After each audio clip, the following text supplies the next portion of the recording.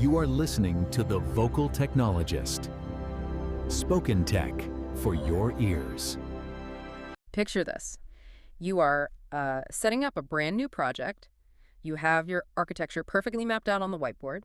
You go to name your AWS S3 bucket, and you type in test bucket 1 and hit enter. And boom, error. Exactly, yeah. You discover that test bucket 1 is already taken by someone else on the exact opposite side of the planet. Oh, it is a rite of passage nobody actually asked for. Right. It is a universal frustration for anyone working in tech. Right. You are just sitting there typing my company name, bucket test final version 3, just trying to get the absolute basics of your infrastructure to deploy. I mean, it is a bizarre quirk of how early cloud storage was built. Every single bucket name had to be globally unique across the entire user base. Well, AWS finally introduced account regional namespaces for S3, which, look, it ends nearly 2 decades of those global bucket naming collisions. Yeah, it is a massive relief. It really is. You can finally just use normal names again within your own account boundaries. And honestly, it sets the perfect tone for our entire conversation. We've got a massive stack of materials in front of us. We really do. Yeah. Architecture teardowns, security white papers, open source pull requests. And our mission is to look under the hood of how our infrastructure is rapidly maturing.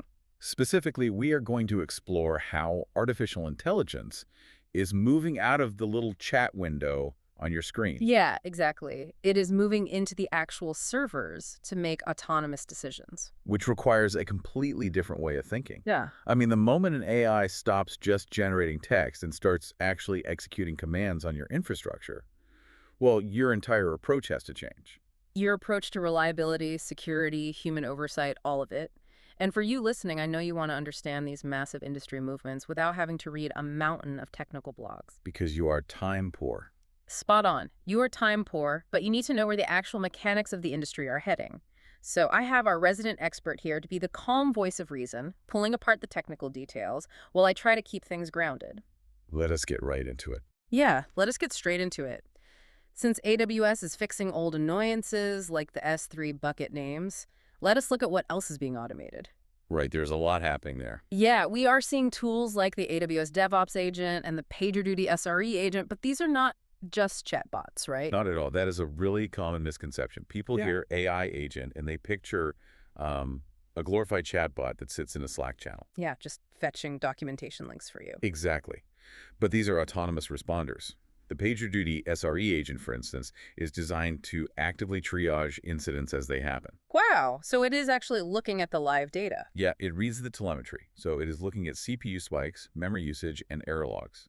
Then it summarizes the context of an outage across your entire cloud environment. Okay, but does it actually do anything about it? It goes a step further, yeah. It actually recommends and executes actions to fix the issues. And the AWS DevOps agent operates on a similar principle across AWS, multi-cloud, and on-prem environments. Wait, hang on. I have to jump in here with some genuine skepticism. Are we seriously handing the keys to production over to a bot? I know, it sounds intense. It is terrifying. I mean, we all know the absolute terror of a junior developer running a bad script and accidentally dropping a database table. If an autonomous AI agent goes rogue while trying to fix a memory leak, it could take down the entire company. Well, yeah, it is a completely valid fear, but you are assuming the AI is just given a root password and a blank terminal. Is it not? No, that is not how this works in practice. This is exactly where the concept of harness engineering becomes so critical. Harness engineering, break that down for me. How do you actually build a harness for an AI? Right, so it generally involves 2 main components. First, we use feed-forward controls. These act as strict guides before the AI even attempts an action. Like setting the rules of the game. Exactly. You define the exact parameters of what is allowed. For example, you might use identity and access management roles to restrict the agent, so it can only read logs and perhaps restart specific non-critical services. So it fundamentally lacks the permissions to delete data or alter security group rules. Spot on. Then you have the second part, which are feedback loops. These act as sensors. And what are the sensors doing? Just watching it work? Basically, yes. Yeah. If the AI generates a script to fix a problem, the sensors intercept it. They might run that script through an isolated sandbox environment. Okay, so it compiles the code or runs a suite of automated unit tests first. Exactly. And if the script fails the tests or tries to access something outside its scope, the feedback loop rejects it. It forces the AI to self-correct before anything ever touches the live servers. Okay, that makes so much more sense. So it is exactly like bowling with bumpers. Oh, I like that analogy. Think about it. The AI is the one throwing the ball down the lane, trying to knock down the pins, which in this case is the production incident. The AI provides all the velocity. Right, but the bumpers keep it on track. Exactly. The harness engineering ensures the ball does not end up in the gutter, taking down the primary database along the way. The bumpers are the IAM roles and the sandbox tests. That is a brilliant way to visualize it. But here's the crucial part that people miss. Who builds the bumpers? The human developers, right? Yes. These tools cannot replace human judgment because developers still have to define what a good state actually looks like. You have to tell it what winning the game looks like. Precisely. A great example of this is Fastly and their open source agent toolkit. They are not just handing developers a generic AI. What are they doing instead? They are providing curated skills to teach AI coding agents very specific platform workflows. You literally have to train the agent on the exact architecture and patterns of your specific system. Which makes sense. I mean, if you do not give the AI the right tools, it is just guessing. But speaking of tools, if we are teaching agents to write code and fix servers, we better make sure the code they are learning from is actually secure in the first place. Oh, absolutely. And that takes us to some frankly terrifying realities about the software supply chain. We saw the Axios NPM supply chain attack, where a remote access Trojan was slipped straight into a dependency. Yes, and for anyone unfamiliar, NPM is a package manager for JavaScript. Right, the building blocks. Exactly. Modern software is rarely written from scratch.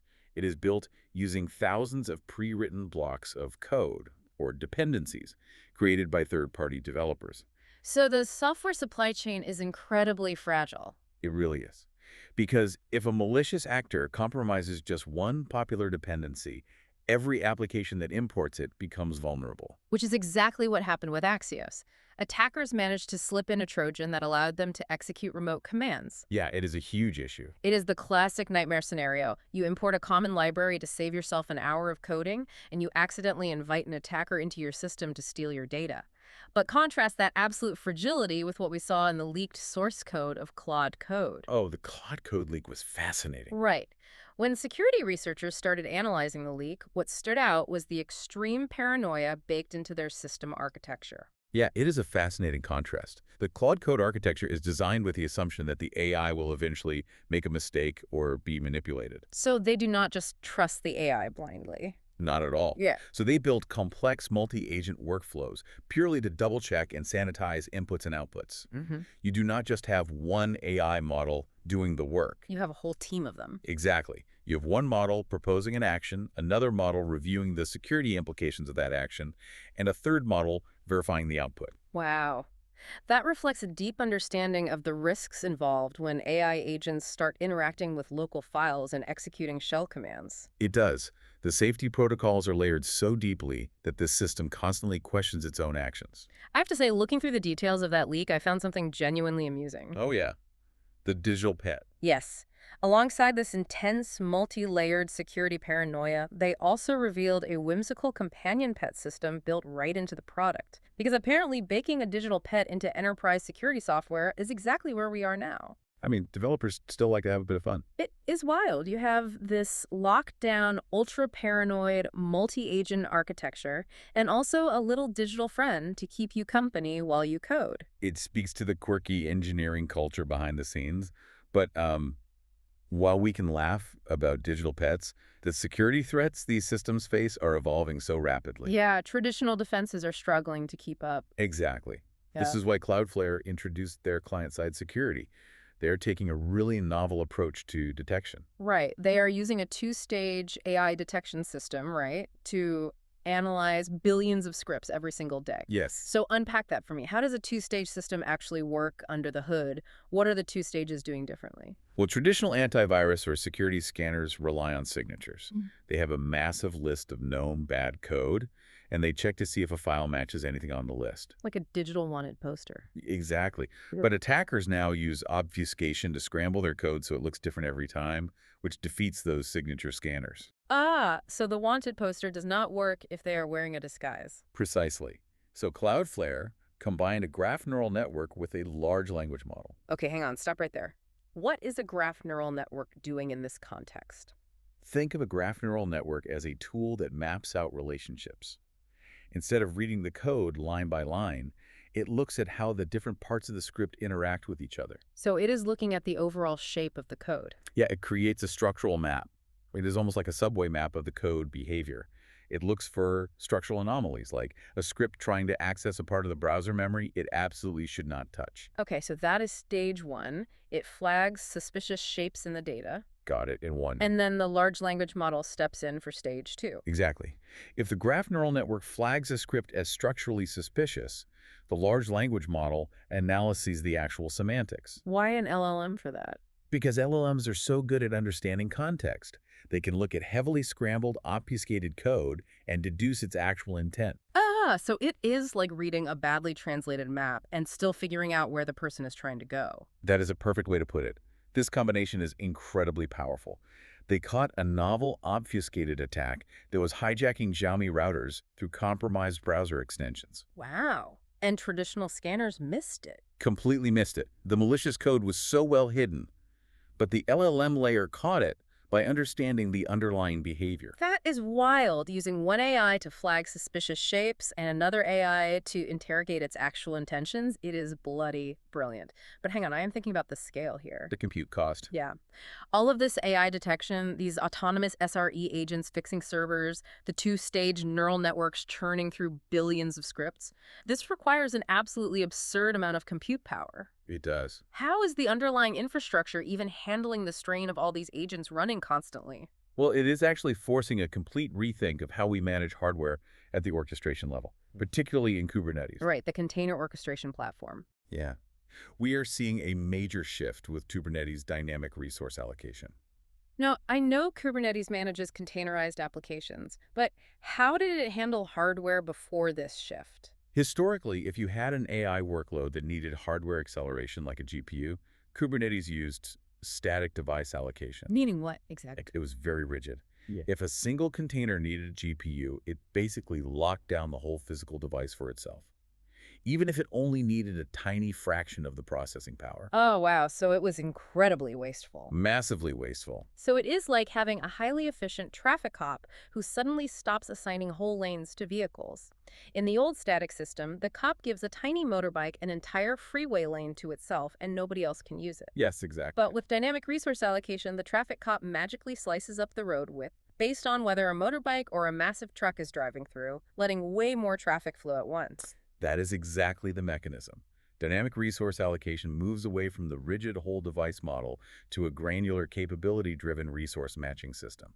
For GPUs and TPUs, right? Correct. Workloads only consume exactly what they need, maybe just a slice of the tensor cores, which improves overall cluster utilization massively. Oh, makes a ton of sense. And to make sure this highly efficient hardware allocation can run securely, Kubernetes is also doing some necessary house cleaning. Oh, what kind of house cleaning? In the version 1.36 release, they are retiring the Ingress NGINX project and deprecating the external EPs field. Why deprecate those specific things? Both had a history of subtle vulnerabilities and complex configurations. They could expose clusters to attack. Ah, so they are tightening the foundational security. Exactly. So this new, highly dynamic AI workload allocation does not inadvertently open up new attack vectors. But the hardware optimization we are seeing goes even deeper than just how Kubernetes hands out resources, right? I was reading about what Meta is doing. It blew my mind. Yes. Let us look at Meta and their kernel evolve system. This is a brilliant example of AI optimizing the very infrastructure it runs on. Okay, so Kernel Evolve is an AI agent that autonomously generates and optimizes low-level hardware kernels. It is. And just to clarify for the listener, when we talk about hardware kernels in this context, we are not talking about the Linux operating system kernel. No, we are not. We are talking about the ultra-low-level math operations that interact directly with the silicon, correct? Spot on. We are talking about the fundamental matrix multiplication code running right on the chips. Which is incredibly complex stuff. Oh, absolutely. Meta has a diverse chip infrastructure spanning NVIDIA, AMD, and their own custom MTIA silicon. Writing perfectly optimized kernels for each specific architecture usually takes human performance engineers weeks of painstaking trial and error. Because you have to understand the exact memory hierarchy and cache sizes of every single chip. Exactly. And Kernel Evolve just automates that. It does, but the way it does it is fascinating. It treats optimization as a search problem rather than just trying to generate the perfect code in one shot. So how does it search? It generates hundreds of slightly mutated implementations of the kernel, tests them in a simulator, learns from which ones run faster, and iterates. Wow. In a matter of hours, it achieved a 60% improvement in inference throughput for their ads model. Wait, 60% improvement in hours instead of weeks? That is absurd. The AI is literally rewriting its own underlying math to make itself run faster. And it maintains a self-evolving knowledge base. It gets smarter with every single optimization session. That is incredible. It can even generate highly efficient code for proprietary hardware, like their custom silicon, that does not exist anywhere in public training data sets. Which is a huge advantage. Right. And if we connect this to the bigger picture, it explains why Google Cloud just brought their distributed AI inference project, called LMD, into the CNCF sandbox. The Cloud Native Computing Foundation, why is Google donating it there? Because the entire industry is desperate for open source foundations for AI inference to avoid vendor lock-in. Oh, so you are not stuck with one provider. Exactly. If you are a company heavily invested in AI, you do not want to be trapped using only NVIDIA chips or only AWS infrastructure because their proprietary software stack is the only thing that works. Right. They know that whoever builds the most efficient cross-platform compute layer will dominate the next decade. Open sourcing it through the CNCF encourages the whole industry to standardize on their framework. Okay, so we have these massive hyperscalers using AI to rewrite kernel code and dynamically slice up GPUs. But what about the regular developer? The boots on the ground. Yeah, the person just sitting at their lockdown corporate laptop, dealing with VPNs and endpoint security policies, trying to get actual work done. They are not rewriting silicon kernels. They just want their local containers to run smoothly. That is the other side of the coin. As infrastructure gets more complex, the developer experience often suffers terribly. Yeah. Take Docker, for example. What are they doing? They just rolled out Docker offload. If you are a developer in a highly restrictive enterprise environment, maybe you are using a virtual desktop infrastructure or a heavily secured corporate laptop, running containers locally can be an absolute nightmare of workarounds. Oh, tell me about it. Because the corporate security policies block everything. You try to spin up a local database for testing, and the endpoint security kills the process immediately. Precisely. Docker offload is an elegant solution to that. It routes your local container engine commands to Docker encrypted cloud infrastructure. So how does that feel for the developer? The developer types the exact same local commands they are already familiar with in their terminal, but the heavy lifting, the actual execution of the container, happens in a secure SOC2 certified cloud environment. Ah, so it gives developers back their speed and velocity while keeping the enterprise security teams happy. Because nothing is executing on the vulnerable endpoint device. Exactly. But it is funny, you have this enterprise cloud approach to solve the problem, and you see developers doing the exact opposite just to retain control. What do you mean? I saw this clever local hack. A developer took Docker Agent, combined it with a really small 4 billion parameter AI model, and hooked it up to the Brave Search API. Okay, interesting. Yeah, they built a fully local system to generate daily IT news roundups. So they ran the entire AI workflow locally. Exactly. It fetches the articles from the Search API, analyzes them locally through Docker Model Runner, and spits out a structured report right on their laptop. That is a very deliberate choice. Yeah, they deliberately traded a bit of speed to completely avoid using expensive cloud AI credits and keep everything running entirely on their own machine. It really highlights a crucial tension in the industry right now. Developers absolutely want the power of AI, but they want it on their own terms. Right, they want control. Whether you run things locally to save costs or push them to the cloud to bypass corporate restrictions, the one thing you absolutely need is visibility into what the code is actually doing. Which gets harder when AI is writing it. Much harder. When AI starts writing asynchronous code, it gets very hard for humans to read. Cloudflare highlighted this problem perfectly with their workflows engine. Oh yeah, they had to figure out a way to show developers exactly how their code was executing. Right, because modern code execution is a tangled mess of asynchronous operations. Things are running in parallel, pausing, waiting for network responses. It is impossible to follow just by reading the raw text. Exactly. So Cloudflare is using abstract syntax trees to automatically generate visual flowcharts from minified code. Okay, what exactly is an abstract syntax tree for the folks who are not compiler engineers? Think of it like taking a complex, winding paragraph and diagramming it out into a tree structure of subjects, verbs, and objects. Making sense of the chaos. Right. When you minify code for production, you strip out all the human-readable formatting, the line breaks, the variable names. It just looks like a wall of gibberish. And the abstract syntax tree fixes that. Yes, it parses that code at build time and rebuilds the logical structure.